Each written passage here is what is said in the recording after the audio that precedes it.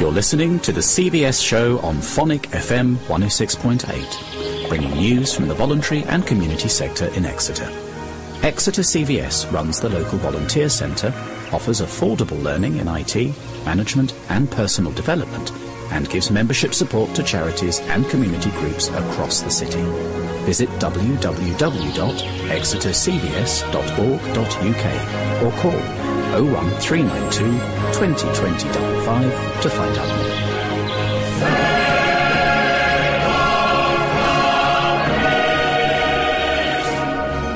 106.8 FM and online www.phonic.fm. It is indeed. It's CVS show on Thursday afternoon on Phonic FM, and I'm very pleased to be joined in the studio by Geoff, who is the chairman of the local Diabetes UK group. Hi, Geoff. Hi, hello there. And Julia, who is a volunteer for the regional Diabetes UK unit. That's at the southwest, Julia, isn't it? Yeah. I'm working with groups in Exeter, so hi. Okay, and next week, I don't know if people are aware, but this is the reason we're doing this, is National Diabetes Week. It is indeed, yep. We've got, the Exeter Group's got a special event on, which is countrywide, as well as in Exeter. And Julia, of course, is involved with us for an event just this Saturday. Okay. Yeah, it's Respect Festival. Most people in Exeter probably know. It's Respect Festival this weekend on the Saturday and Sunday. We're going to have a stall. The Exeter Group are having a stall there on Saturday. So if you're around, it's a great festival. Happens every year. Lots of good music, lots of people come along. The weather is looking good. I know, thankfully it is looking brilliant weather, isn't it? Yeah. So we want people to come along. The stall is going to give them all the information that they need. So let's talk through a few things about diabetes itself. It's something that does seem to touch every kind of family, every network of people. It's becoming more and more common, isn't it, Geoff? It is. Type 1 really tends to be the one where you're born with it. Okay. And develop it very early in life. Type 2, sadly, more and more of us are getting it. I've had it for 20 years, but really from middle age onwards, you're really at risk unless you're looking after the way your lifestyle goes, the way you eat, the way you exercise. So it's of a real concern, and people like the NHS, of course, are very concerned because the amount of expenditure is vast. But the threats to people's lifestyle really is worrying. Okay, so generally people with type 1 diabetes would have had it from childhood or as a young person? Not necessarily. I mean, things are changing all the time and the research is ongoing, but I met someone recently who said they developed type 1 diabetes much later in life. Okay. So I think we can't make great general statements, but and sadly, what also research is showing is that more children are developing type 2 diabetes because of obesity. Right, of course, yeah. And, although we don't want to link in people's mind obesity and diabetes, it is one of the causes of diabetes, and we have to be aware of that. But people who have type 1, my brother, for example, has type 1 diabetes. He was diagnosed when he was 21. Right. And, of course, type 1 diabetes, people are insulin dependent. Yes, yeah. They inject. He injects 4 times a day, and luckily he's able to manage his diabetes well. But that's with a lot of support, as Geoff says, from the NHS, from local clinics. He's got a diabetic nurse, and the NHS are seriously worried. 3.2 million people in this country have diabetes. That's a lot of people. That's 5% of the population, at least. Yeah. And that's type 2 and type 1. So let's put in the two together. And they estimated in, I think it was 2014, that 630,000 people were undiagnosed. And that's scary for people without them realising it, isn't it? The risks. Yeah, and I mean, the last count, and we're just doing a mass circulation in the Exeter area, but we're talking between 1,000 and 2,000 people in Exeter we know have diabetes, and as Julia says, there'll be a lot more out there who don't know they've got it, really. Right. And we do need to involve them and encourage them to get involved. Okay, and because of the long-term health risks of uncontrolled and unmanaged diabetes, I think that's the main concern, isn't it? Yes. I mean, people can collapse and die of it. I mean, children particularly, if they're not diagnosed quickly, they can have quite serious side effects. So I think it's really important that people are aware. Come along on Saturday, pick up our leaflets. We aren't there to give medical advice. We can't give medical advice, but we can give you some pointers, like, you know, what to look for, how to be aware of things. The National Diabetes UK website is also extremely useful. Shall I give out the website? Yeah, that'd be brilliant. Yeah, give the website it's address. www.diabetes.org.uk, and it's a really informative website. You can look at all sorts of things on there. You can have a voice on there. You can look at there's something called, I think it's Type 1 Uncut. It's a YouTube thing that younger people have made. Okay, yeah. Okay. I'm thinking about the people who are going around with sort of possible diabetes and not knowing about it. So we really want them to have more information, don't we? So, I mean, what tends to happen with people? So, Geoff, you said you were type 2 diabetes, and you've been for 20 years.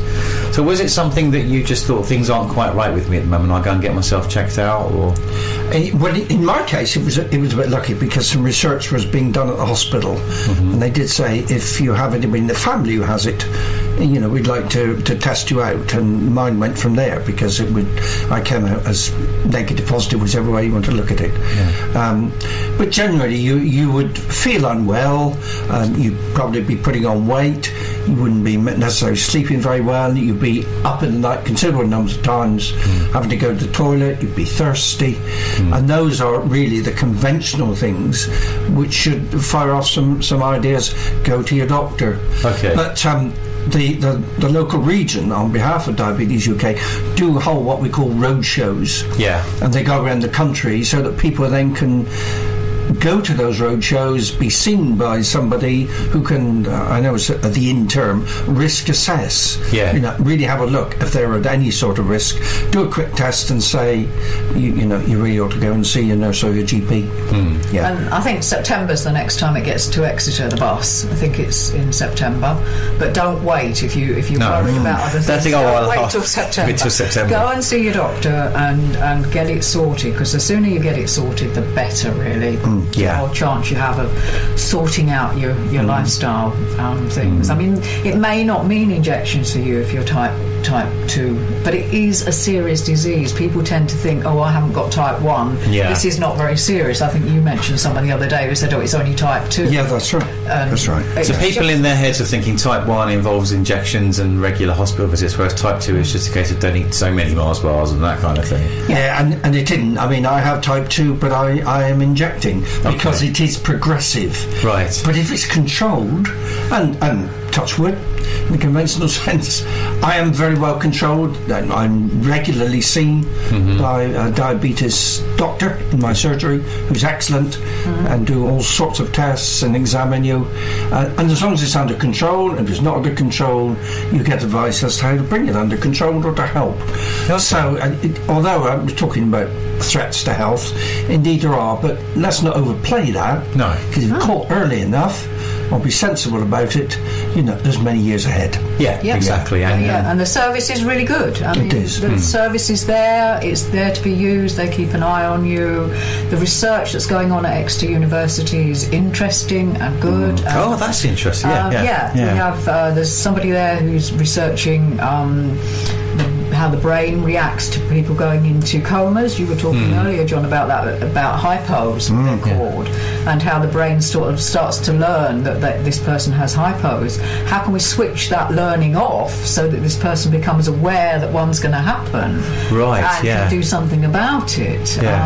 You know, there's really interesting research. There's stuff going on in Bristol about young people and the gene connection, because it isn't always genes. I mean, I haven't got it. My brother's got it. You know? It's skipped to my mum didn't have it, but all her brothers and sisters did. So okay, so that's interesting, isn't it? Because otherwise, skip generations. And some of my one auntie and uncle had type 1, and the other 2 have got type 2. So, and is there any connection there, or is there no connection at all? And you know, I met another woman when I went to the conference who was saying her son has all the indicators under the research, but he hasn't developed it. Right. So we don't know. I mean, there's lots out there to be sort of researched, and a lot of the money that the local group raise goes to research.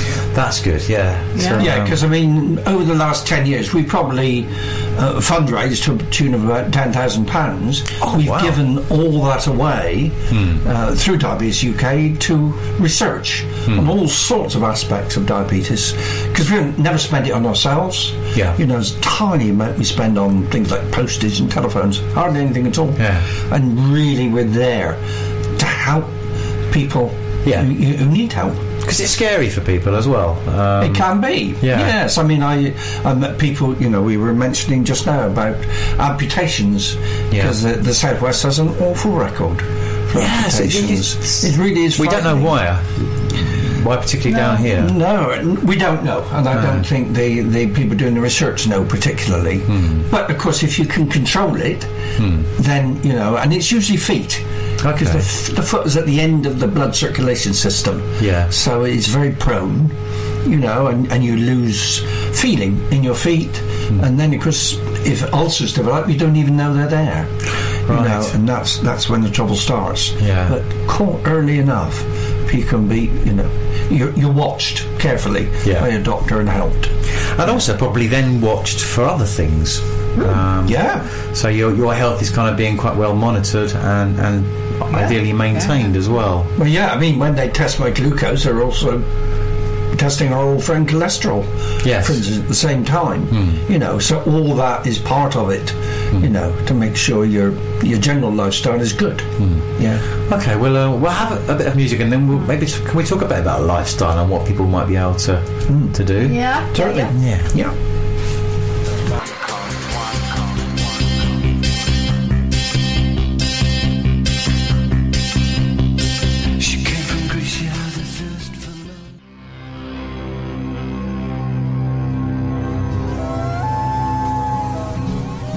The CVS show on Phonic FM. Find out more about community and voluntary work in Exeter at www.exetercvs.org.uk. Visit us weekdays 9:30 to 4:30 on King William Street, or call 01392 20 20 55.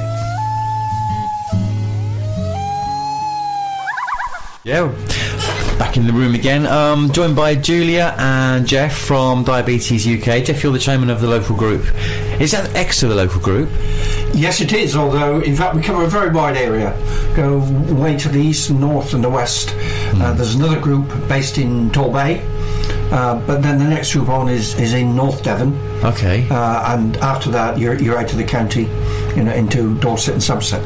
There's a small group that meets in Exminster who are connected to West Bank, and they just cover a very small area there, and they're very new, but they're doing good work. And there's a group that meets, mainly the Exeter group is with adults. That's right, Geoff.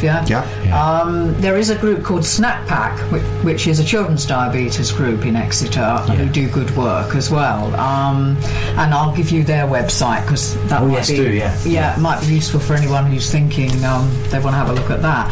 It's www.snackpack, all one word, .org.uk, and you'll get more information about what they do on there, or come along on Saturday. I've got information from them as well. So it is really important for people to come along on Saturday and find out, because I mean, it's going to be a great day. It's all at Belmont Park, yes? Yeah, it's all at Belmont Park. It's free. And the site itself is alcohol free as well, so it's very family orientated. Very, very, yes. And lots of things for the kids to do, lots of good music. They've got 3 music tents, so, you know, take your choice. You can have the acoustic, you can have, you know, the reggae and everything else going on in another tent. It's always fun, and I think they have 1,000 people through on a weekend if it's good weather. So great day. So do come along, come and find us. We'll be all in blue, the diabetes diabetes colours. Yeah, so the logo, I've got, you've got some of the publicity stuff here, which we put up on the website as well. Is it all new logos and everything? Has it been like a redesign? Yeah, so it was a redesign about 2 years ago. It used to be all in pink. Right, okay, pink hummingbird. I think the concern there was a bit of a clash with breast cancer. Yeah. We had a similar colour. Yeah. So they decided they would totally reformat. So the whole website's been redesigned, and all the publicity, as Julie says, is all in blue now. Yeah. So, lots and lots of good research coming on, and that's partly down to your local group, really, Geoff, because all the money that you raise pretty much goes straight into the research, doesn't it? Yes, it does. Yes, we channel that always through headquarters.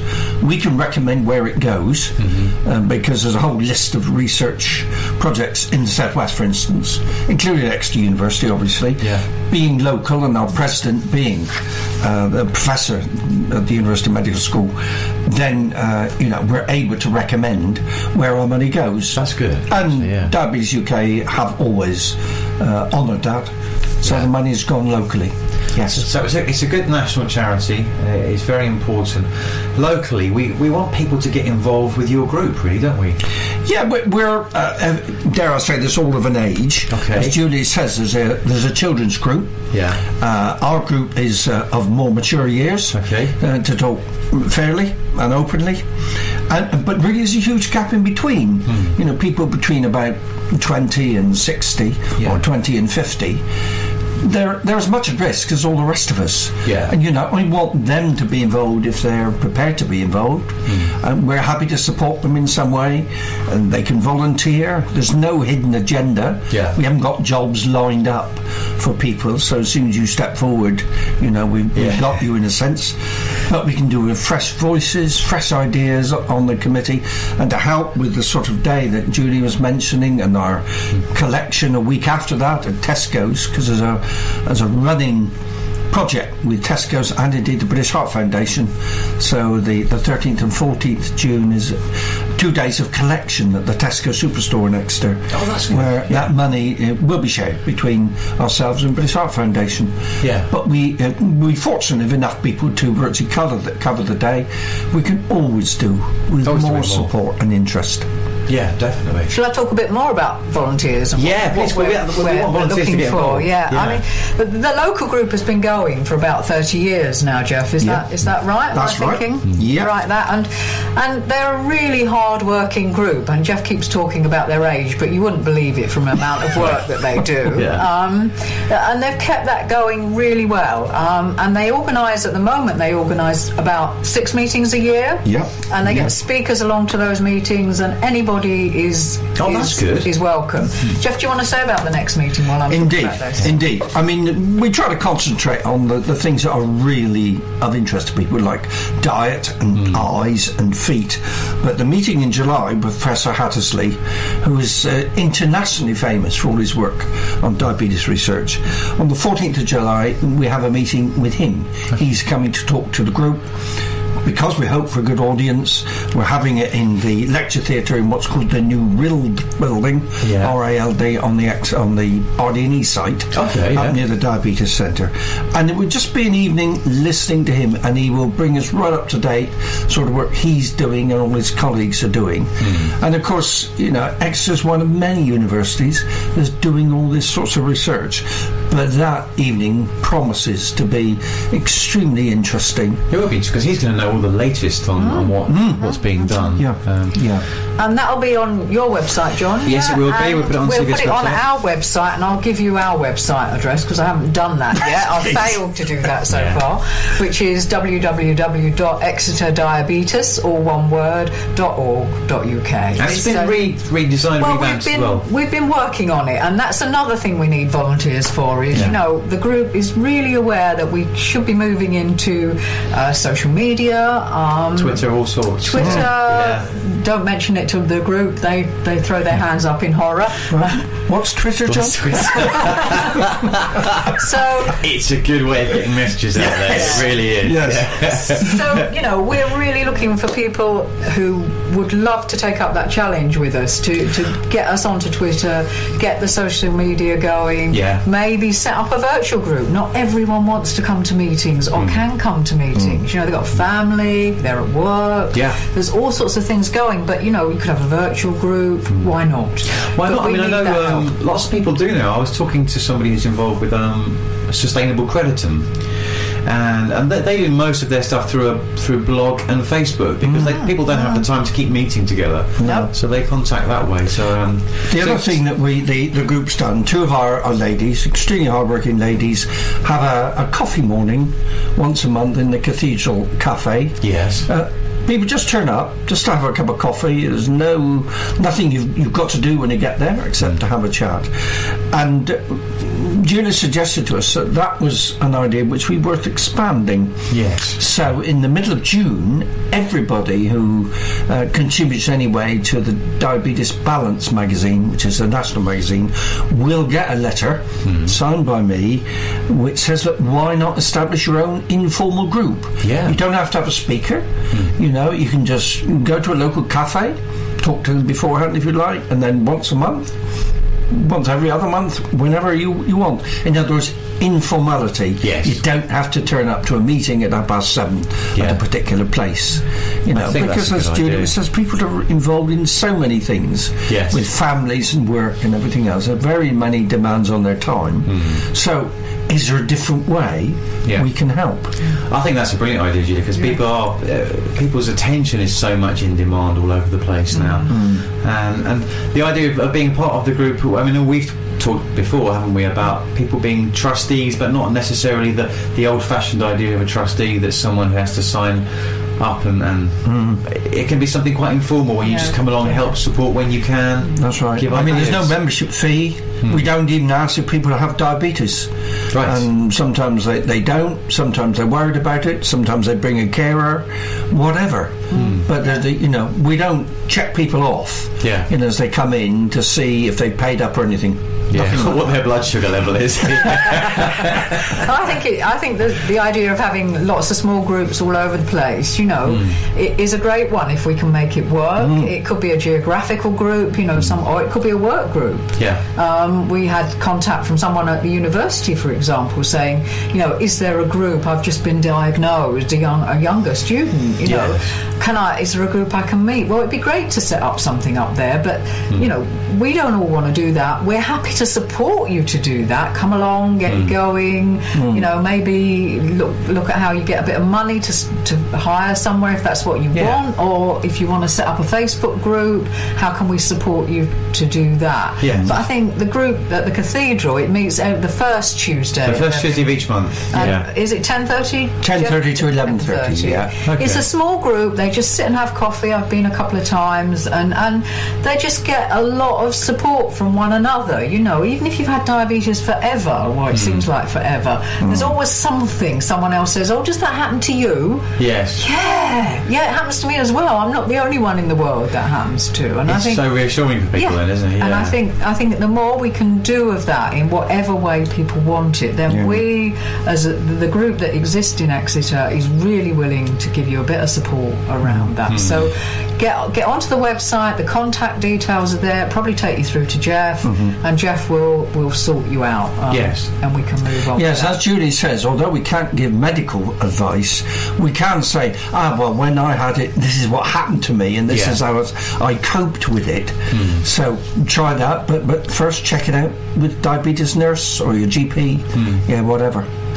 But can the point Julie made about the lady who wanted to get involved because she was a university student, we couldn't link her to any particular group, but she has offered to help us with the Twitter account. That's good. Which is absolutely ideal. Yes. So that's great. If you get someone who's developing. Because she can do it from wherever she is, which is ideal. And there's another younger person in Exeter. Can I talk about Zach? Yes, go. He's fundraising. I've just discovered him this week. He was diagnosed with type 1 diabetes once, I think about a year ago, and he's needle phobic. Is how he describes himself, and he's having to inject. So it's a big challenge, is what he says. You know, every day I face my dread, is what he said to me. But then he decided that he would then jump out of a plane, and he hates heights. So this guy is putting himself up for all sorts of challenges. He is, isn't he? He's doing it on the 2nd of September. He's doing it for Diabetes UK and for Hospice Care Southwest, another really local charity, because his granddad died there, and he wants to do it for both. But there we are. There's somebody who's taken up the challenge in lots of ways. That is very many ways.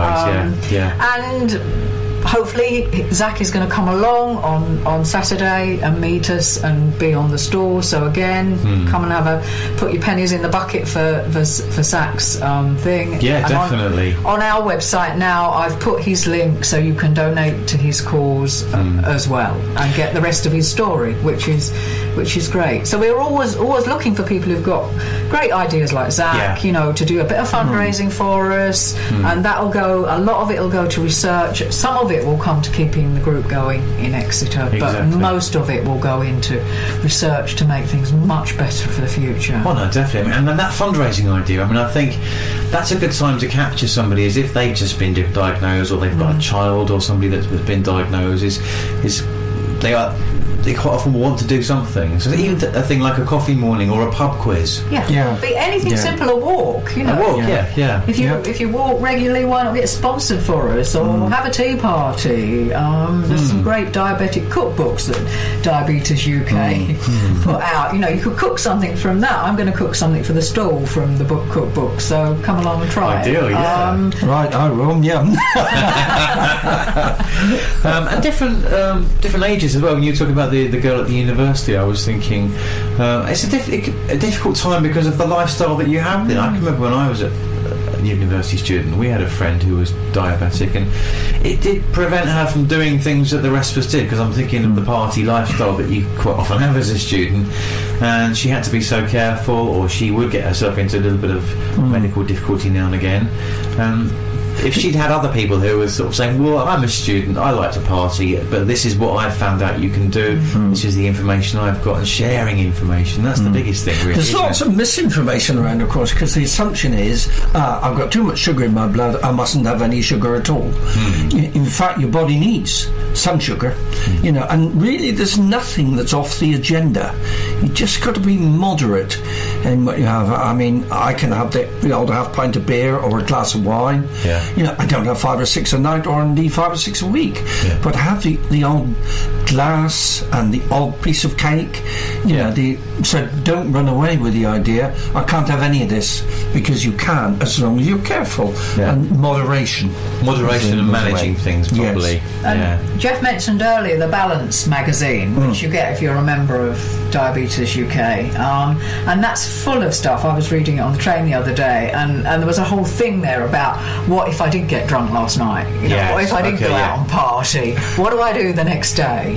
And really good advice, and not saying don't do it ever again, but saying, you know, be careful, but there are things you can do, and so your whole lifestyle doesn't have to change. And I think some people get very worried about that. They do. And then they're more likely to ignore signs, and so they not do become anything. your undiagnosed. Well, it's the first thing you do, of course. You go, like I did, it was 20 years ago now, and the doctor says, well, yes, you're over the limit, so you're going to be careful, I'll refer you to a dietitian. And the next time you go to the supermarket, you pick up every tin and say, oh, no, that's got sugar in it, I can't have that. No, not the case. I mean, there's lots of things around these days for reduce fat, reduce sugar. So just be careful. But don't say, I can't have this, I can't have that. Can, but be very careful with it. It's moderation in all things, isn't it? That's what they say. It's always it's good for all of us, really. Why shouldn't we? I'm thinking of that, really. I mean, thinking of that the middler age group, so the children and then the older people, the people in the middle. The information may be a good thing to think, well, the lifestyle that they're leading at the moment, if they continue with it, then diabetes is more of a likelihood. Is that? I think the way the media is carrying it these days, and all the indications are that if people in their mid-age range are carrying on as they will do in the future, then they're in danger. So the word epidemic has been used. So but if they can cut back and be more sensible and sorry, it's a horrible word, but be more careful, they reduce the risk. We're all at risk in some way or other, but if they're a lot more careful and realise that there is the risk there, then it's in a death sentence. No, exactly. But so don't run away with that idea. No, I think that's what the Exeter Group, that's the aim of the Exeter Group, is to raise that awareness, not just with people who've got diabetes, but with their people who are caring for them, because often there's people who, come to the meetings who are carers. Yes. And they're, what do I do? I don't know. Should I cook? I remember my friend in Canada, last time I saw him, he'd just been diagnosed, and his wife was saying hurrah because he's been such a miserable old what's-it for a couple of years, and he wouldn't go to the doctors, but he turned vegan overnight. And she said, I don't know, we've always eaten hunks of meat and everything. What do I do? So I think, there's support around for people who are also the carer, or not a carer, but a partner of, or somebody, because it can be quite daunting, what do I cook, or, what should we eat? Should I eat this as well, or whatever? So there's support for them. Is that fair? Yeah, I've got to support them that way. If somebody's got several children, one who's got diabetes, and then that's going to be hard on that one if the others are all eating the normal sort of stuff kids like to eat. But these days, of course, when the see the amount of food there is in supermarkets, there's always an alternative. There are, yes, and there's no reason why on a particular day you don't say to that particular child, right, it's your day to have something special. Yeah. Okay, it's not on your diet sheet, but you can have it because it won't matter. As long as you're sensible most of the time. I think the thing for children, it's interesting in the snack pack stuff I was reading this morning, that they go to school and they're often the only child in their class that's got diabetes, and they're having to do things like check their blood sugar during the day and be careful about things. So they're really isolated often in the classroom, which can make them different, an outsider. And one thing that Snack Pack do is have a weekend where 25 children go to the River Dart, all of whom have got diabetes of some description, and therefore they're together with other people, and it's one of their highlights of the year that they go away and they learn different things and whatever. So some of the money that the Exeter Group has sent to has been to support. That's good. That's really good. That. Yeah, because those weekends tend to be expensive, and they said, can we help in any way? And we were happy to give some funding to help those children go away. Fantastic. And they work with parents as well to try and support parents into how they work with that. Like Geoff was saying, it's okay, you have a treat today. What do you do if you've got a couple of kids, as you said? How do we work with that? So Snap Packs certainly work with the parents. Brilliant, that is really good. Shall we have a little bit more music and then come and round that up?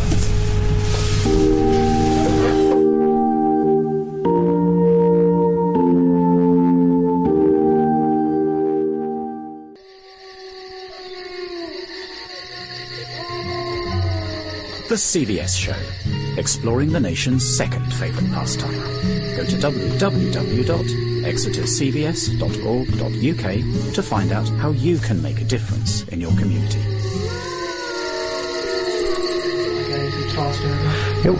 You can make a difference in your community by getting involved with the local Diabetes UK group, exeterdiabetes.org.uk. That's great. Because I've been chatting to Geoff and Julia. We want people to get involved, but there's some statistics, Julia, that we were going to talk through as well. We said right at the beginning that it's 3.2 million people, and that's diagnosed, so like 5% of the population at the moment, and it is increasing.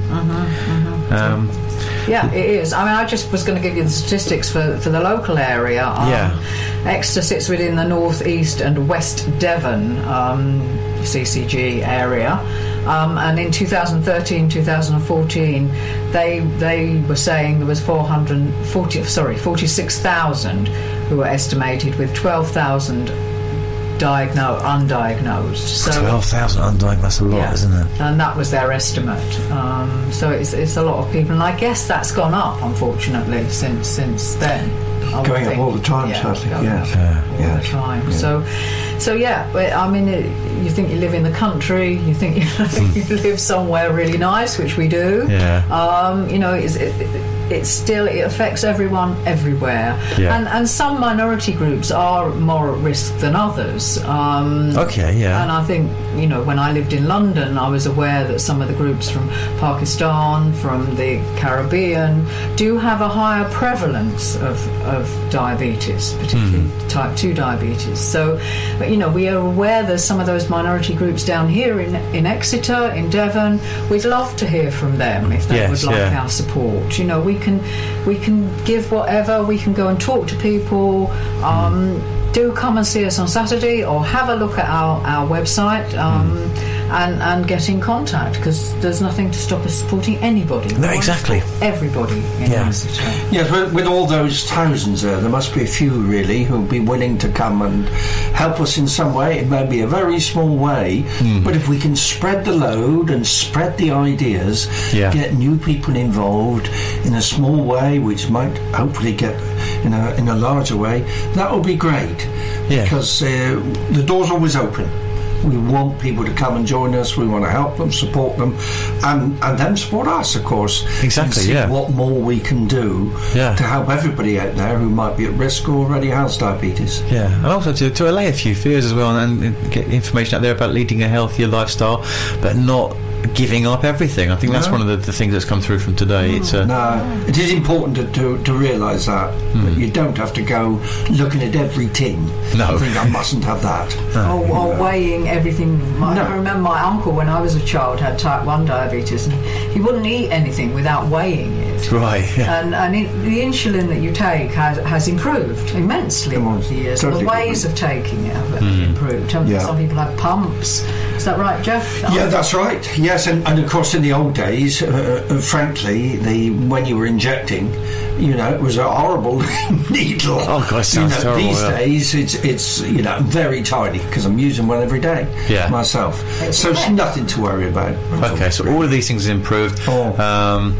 Exercise, we were saying, weren't we? You know, Zach's doing his fundraising with his parachute jump, but I mean, just general exercise is good for anybody with diabetes. Isn't it? Just go for a walk. You don't have to run a marathon. Exactly. You know, walk a couple of miles. We were saying about walking. It was a beautiful walk around Exeter Quay, for instance.